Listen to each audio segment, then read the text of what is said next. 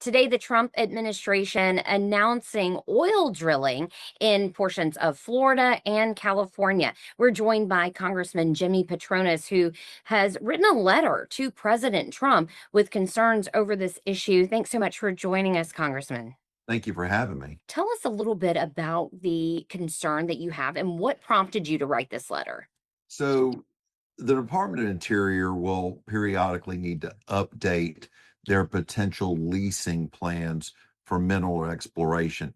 And then this becomes where the agencies have to start to communicate because you think about we've got a brand new Department of Interior, we've got a brand new Department of War, and these parties don't always share all of the data of what each other's priorities are. So, look, there is a lot of missions that take place above the water, but more importantly, below the water that now the Department of War has got to educate the Department of the Interior on. So, we're just doing our job along with the rest of the Florida delegation and letting the president know that, hey, we've got a learning curve here with the agencies of where oil exploration is acceptable and where it is not.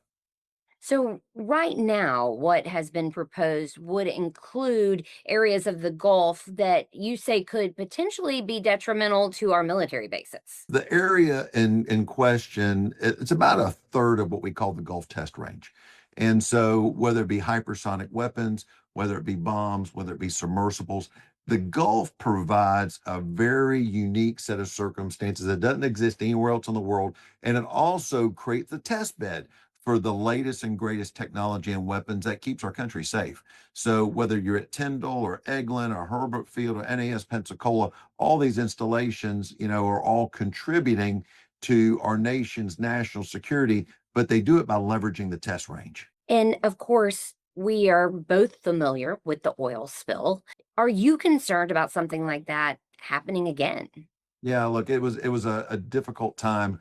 It seemed like just yesterday. It was April of 2010. It's a date that's entrenched in all of our memories, and what that did to the Florida economy and the fear of what could happen. So, I've always been a big advocate. If you're going to try to attempt to do any of that, you're going to have to replace with whatever you're proposing.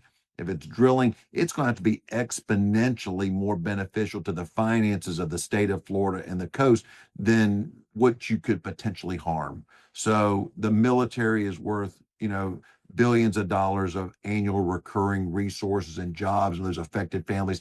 And then you go put tourism on top of it. Now, that's a $1 trillion business right there. Are you opposed to drilling in the Gulf at all?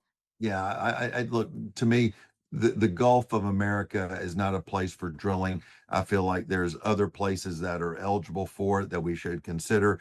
But right now, because of how important the Gulf is to the economy of the state of Florida, whether it be a military economy or tourism economy, drilling is just not compatible with it. And look, this is not, I'm not calling out anybody in the administration. Again, this is just a learning curve. This administration's been in office less than a year.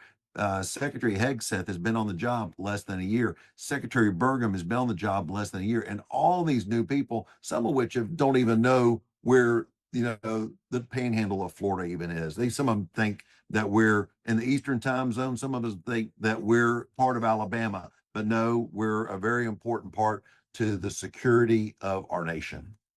And have you received a response from your letter as of right now? So we just got where the White House is circulating some bullets on this particular issue, trying to give some understanding of where they're coming from.